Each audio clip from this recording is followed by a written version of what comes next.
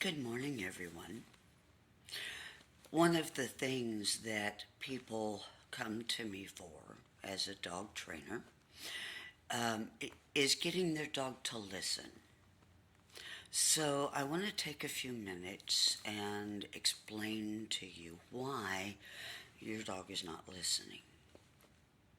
Now, we've talked before about your dog being a 2-year-old nonverbal, autistic, ADHD, PTSD, OCD, German speaking, foster child.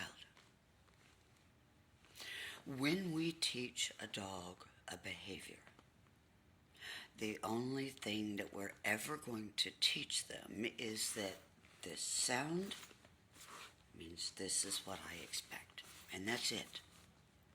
You are never going to teach them the English meaning of a word. Let's take, for example, the word no. Everybody likes to use the word no.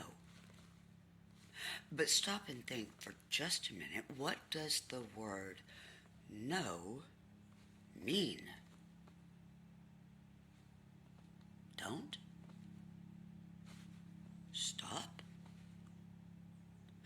Don't do what you're doing. Don't jump. Don't bark. No bite. No pee-pee in the house. No on the counter. No on my food. No on the bed. No on the couch. See what happens? When you use the word no, you confuse your dog because it's the English language, y'all. There is two spellings to the word no. There's K-N-O-W and N-O. And if you're using it for absolutely everything, it has zero meaning. So what I tell everybody to do instead is do the universal mama sound, which is real simple. Try it. Try it on your kids. It works well. It tells them that whatever the behavior is that they are doing is not acceptable to you. Now, we've taught them, great, wonderful. What do you want them to do instead? That's your next step. You have to be clear on what you expect your dog to do next. If they're jumping up and putting their paws on the counter and taking your food, you need to be using a floor command. I want all 4 feet on the floor. Now remember, my dog cannot speak English.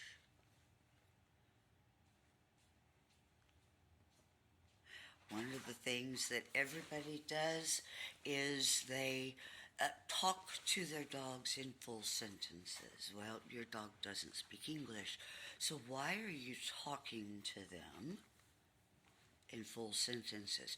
Why are you asking them if they can do something? Can you sit?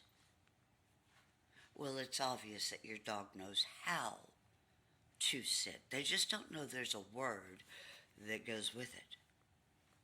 So if your dog is putting their paws up on the counter and that is not behavior that you want, you're going to use that sound.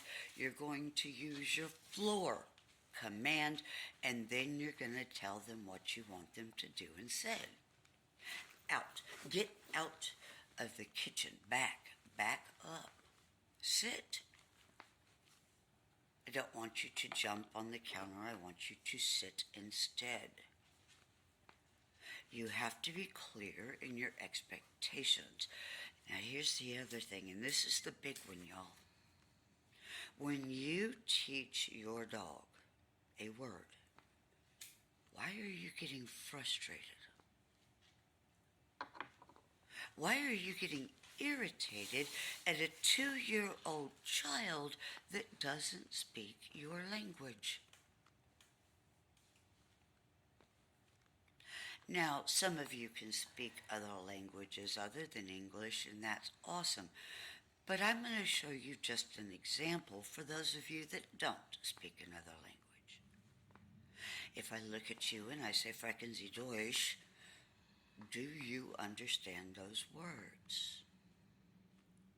If your answer is no, that you don't speak the words or understand the words, Sprechen Sie Deutsch, does it help if I yell?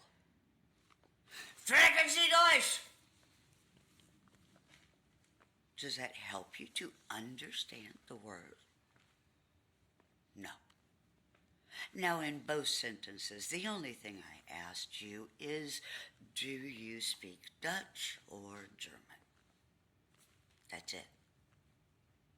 But until I explain to you what those words mean, my volume for using the words doesn't matter. My expectation does.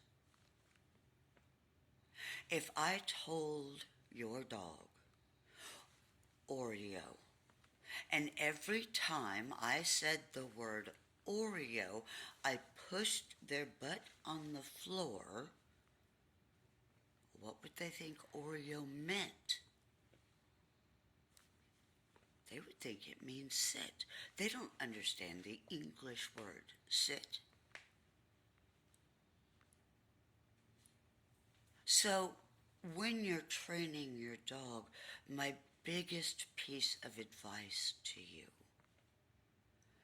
keep calm. Yeah, it's that easy. If you want a calm house, be calm. If you want a chaotic house, be stressed.